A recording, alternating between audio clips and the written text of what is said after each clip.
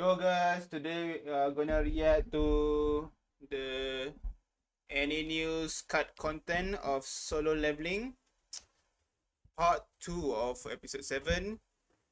We are gonna watch this. I already watched episode 8, but I'm gonna upload this first before episode 8, since it is cut content for episode 7.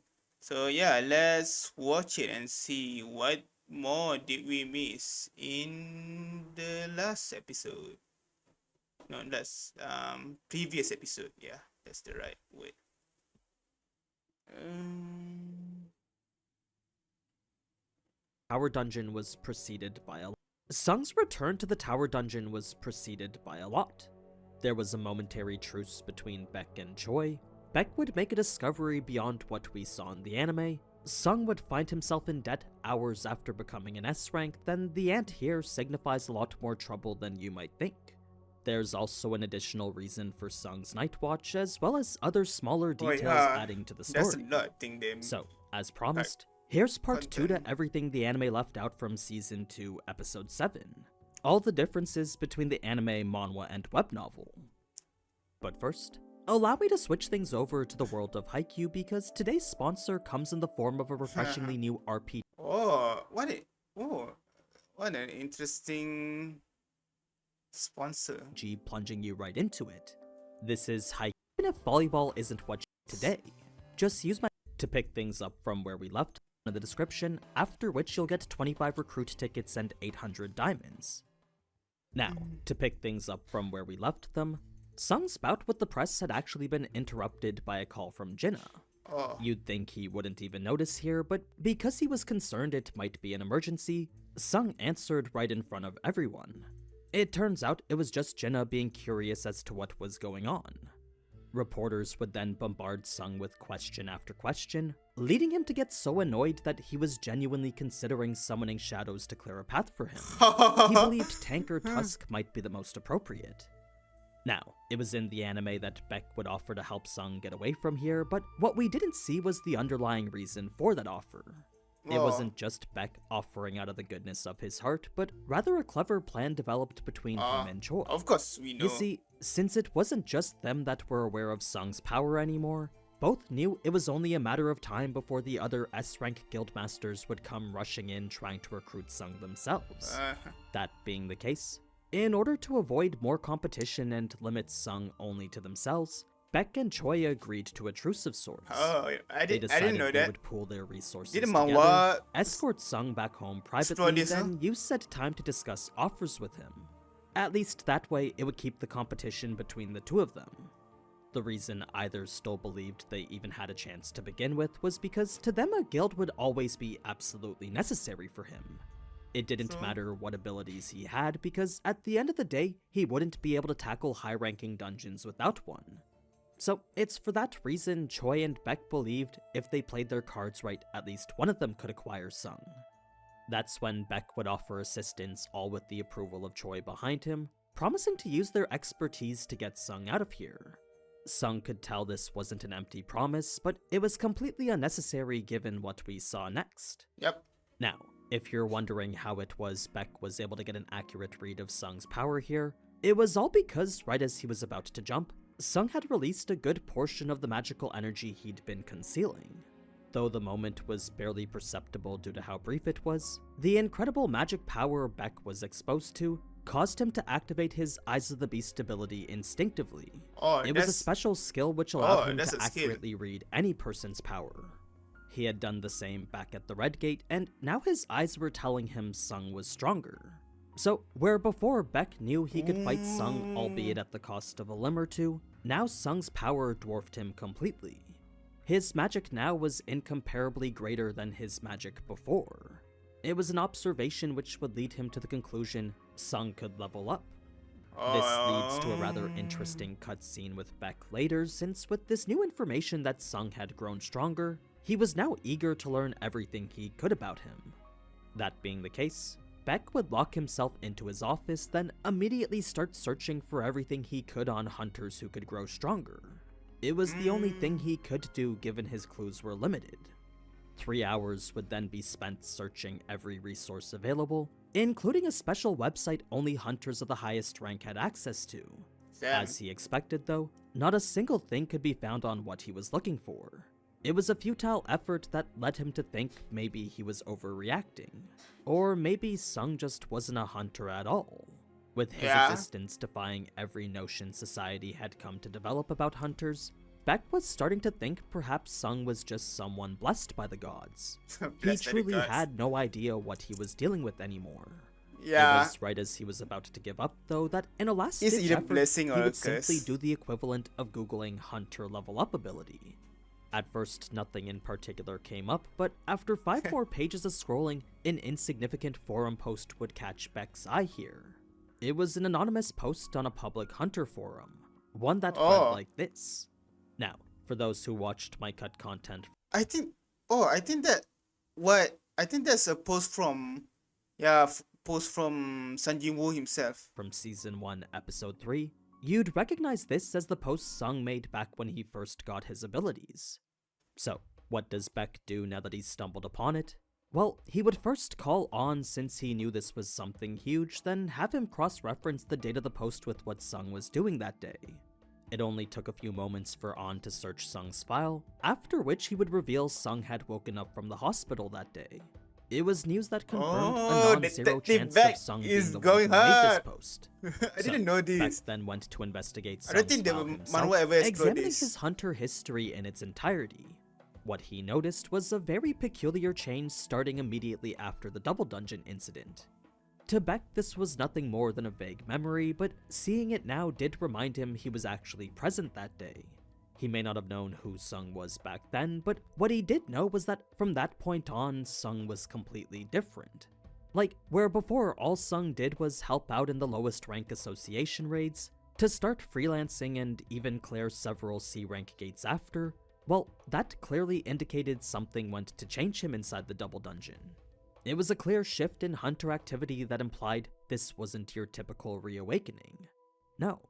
To Beck, this was a hunter who, in only a few months, grew from the E rank to the S rank.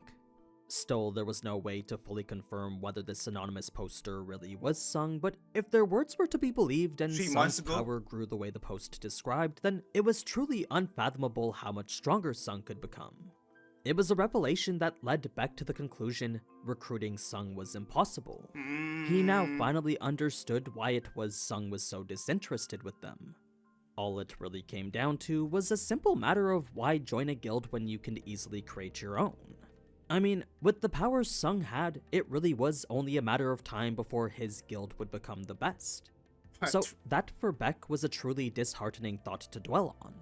Such a matter quickly became an afterthought though, because when Beck started to consider the true impact of a hunter who could grow infinitely stronger, he knew it was just a matter of time before the entire world would be focused on him. Yep. Forget the impact on the global hunter community as a whole, Sung's existence was sure to change the world as he knew it. So it was for that reason that Beck knew he needed to talk to Sung more than ever now. The thing is, if he wouldn't even talk to him for such ludicrous offers, then it was likely he wouldn't talk to him for anything else. The hardest part was for sure going to be getting face to face with him. On still hadn't yet given up on recruiting Sung himself though, so there was a funny scene in the manhwa where he was camped outside his apartment. Damn. I can understand why the anime decided not to include all this, but it really does make Beck's knowledge so much more impactful. Like, where the anime kind of disregards what's probably the biggest revelation in hunter society ever, the novel portrays what I think is an accurate reaction to it. The way it loops back to an event all the way from the beginning of the series I kind of too, miss how serves to good make this he scene is so much more in interesting. in It also deduction. highlights just how insightful Beck really is. Like, In any case, his power related to B, so I have what you call expectation that he is just all brawn, not brain. Well, and that Isaac and or yeah, I think how you speak Choi's name is Che, and Che's is the smart one due to how he look. But I guess both of them are the opposite of how they look.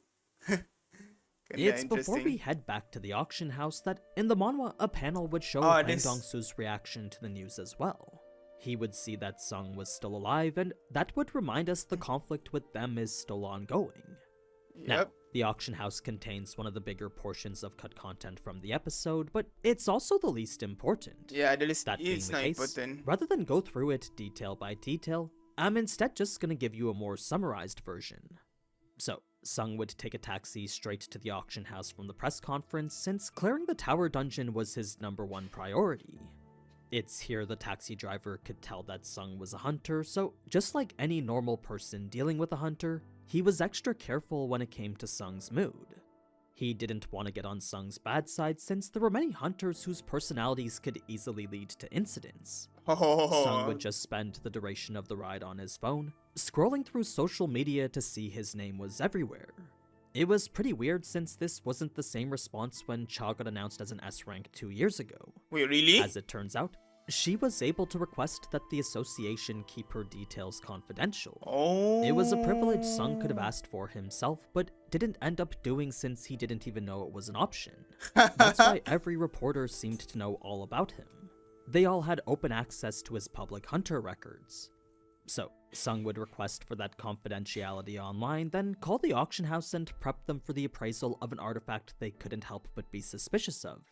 In fact, if it hadn't been for Sung's newly announced S rank, any other hunter would have been laughed at and hung up on. So, Sung knew this was the exact moment he got reevaluated for. It was also those at the auction house would have to take him seriously. Even then, the appraisers still didn't believe him because knowing what he knew about how artifacts were made, even the world's best forger using the best materials and putting their entire soul into it could at best make an artifact amplifying power by 50%. Such were the limits given even the most ideal circumstances. Since Sung was a premium client who was sure to have business with them in the future though, the appraiser decided to continue with his request anyway. It didn't matter how impossible it was for such an artifact to exist, they needed to oblige since Sung was an S rank. Now, the whole appraisal process was actually rather extensive, but to keep it brief, there were 2 ways that they tested it. First, they would use a B rank mage hunter as a base, get a numerical reading of his power before the orb, then have him hold the orb and take his reading again. This was to verify the orb did what Sung said, and it did in fact boost the hunter's base reading by 100%. Numbers were one thing, but to actually show that boost in action was another. So, with many clients preferring to see what the artifact they're buying does, the second stage of the assessment involved recording a physical test. The hunter would first activate a blizzard spell without the orb, then maintain the spell, pick up the orb, and display the results after. I didn't expect it to be this, what you call, detail in that sense. Because in the manhwa they just keep it, and it is, for me, it isn't really that important from to know. So I guess it's good that they cut it out. For this case in particular, the hunter had to cancel his spell almost immediately because to continue this enhanced blizzard would have frozen the entire room instantly. It had once again proven this was in fact the invaluable artifact Sung said it was. The orb actually had so much power that the moment the appraiser laid his hands on it, for the first time ever he wanted to try and steal it. Had it not been an S-rank hunter providing it to him, then there was a good chance he actually might have tried to. In any case, the appraiser was eager to at least proceed with the sale since the 5% commission on it was sure to make him and the others rich. Sung first asked to peruse the artifacts they had to buy though, since he wanted to make sure that they had what he needed. As it turns out, the type he was looking for was actually one of the most common out there. He just couldn't find it online due to how expensive they were.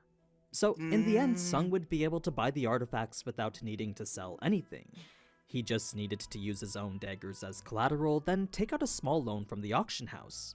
It's pretty funny since Sung hasn't even been an S rank for an entire day, yet somehow he's already found himself in debt. It's back home that Sung would find reporters everywhere, but Jinna would prevent him from doing anything about it.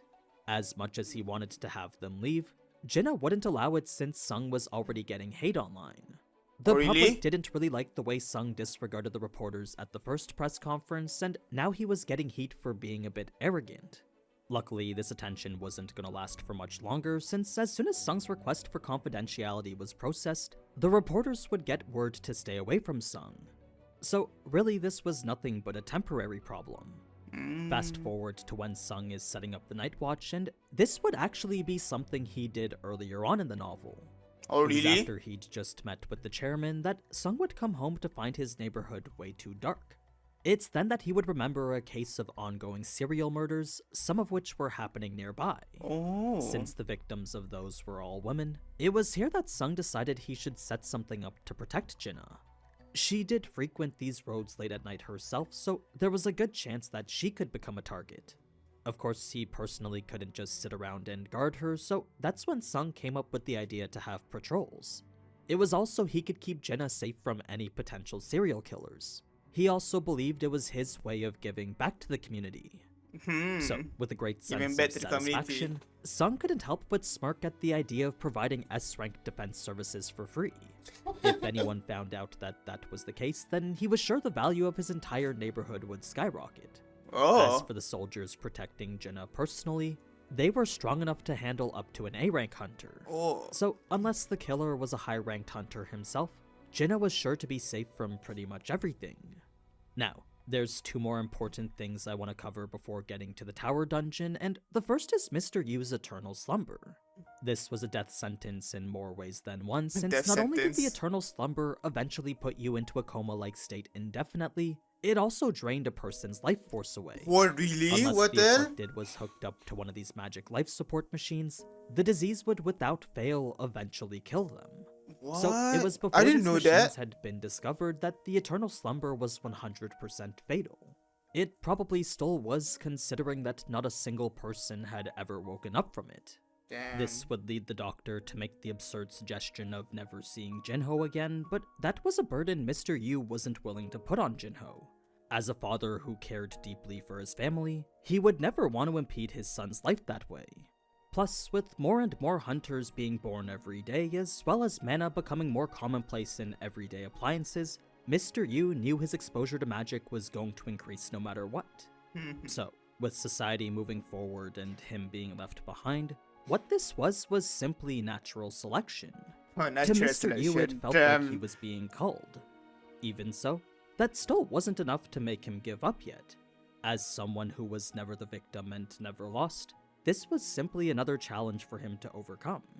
It was no different from any of the others in his life. Well, at least that's how he wanted to feel anyway. Now, the other important scene I wanted to cover was this right here involving the ant. This was a remote island off the coast of Japan, and these two were the only two hunters on it.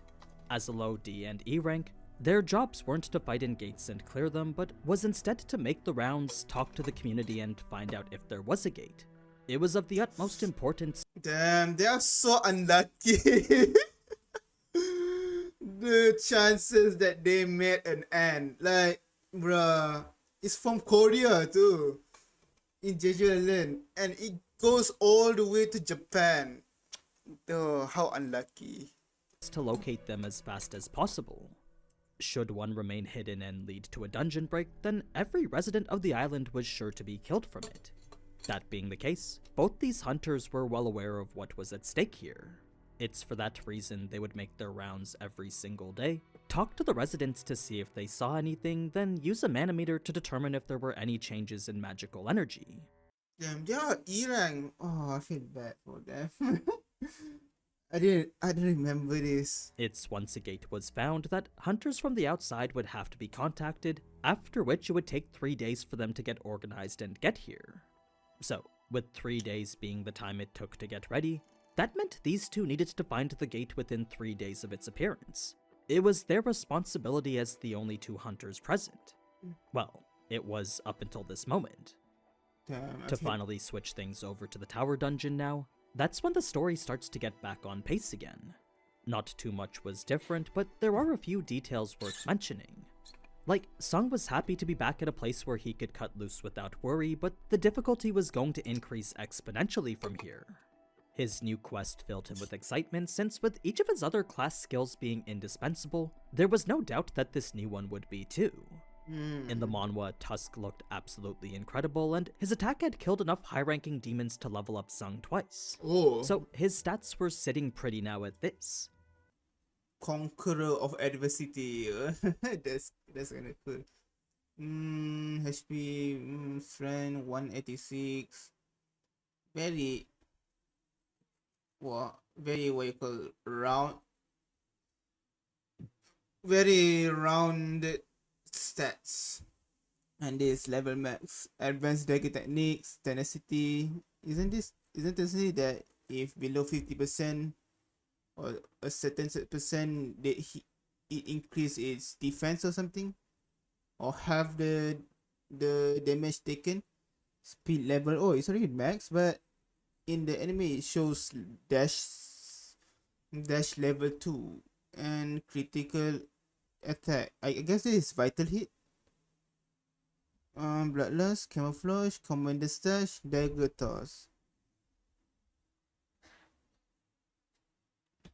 And with his intelligence almost at the 200 mark, that brought his MP to over 5,000 now. I know that may seem like a lot compared to what it was before, but with the way his skills were improving, Sung knew he'd need a whole lot more. Like, if he wanted to infinitely revive the number of soldiers he was expecting to have later on, 5,000 mana certainly wasn't going to cut it. Plus, with intelligence being the only way to improve his class skills, more mana was simply a byproduct of improving that. As he was now though, he was capable of extracting up to 820 shadows at any given time, but That's a only lot. allowed to store 155 of them. His current army consisted of 127. Unfortunately, the Orb of Avarice did nothing to improve those, so that's why Sung felt it was better in Tusk's hands. Now, Sung wasn't the only one leveling up here, as with each passing day, his soldiers grew stronger too. In fact, a Shadow-like tank had leveled up 10 times already. It Damn. and the others were leveling up faster than he was. Getting to floor 80 was pretty smooth sailing, but it's after that that things started to get a bit tricky. That's where I'm gonna end things off, so next episode I'm sure we'll get to cover the rest of the tower dungeon. That and, you know, the true best girl of solo leveling. Yep, true best So girl. let me know what you Alright, I need to spoil a bit. But yeah, that's all from me. Not much. I guess what we learn for this content. Bike, detective bike going hard. I didn't know this from the manhwa. So it's good, and it's my first time knowing what you call his skill. And what more did we learn? Oh, about the nothing much, I guess, or about the how they conduct in this thing, about how they check the or Everest special functionality. Kinda doesn't need it, but oh yeah, and this guy, oh, I feel bad for them. Like poor NPCs got caught out in a unfortunate situation. But yeah, that's all from me. Thank you for watching. If you guys enjoy it, please leave a like and subscribe, and please give Aninews a watch. I will link I will link in the description below, and check if you guys like this video, please check out my other playlist for more content. And yeah, that's all from me. Peace out.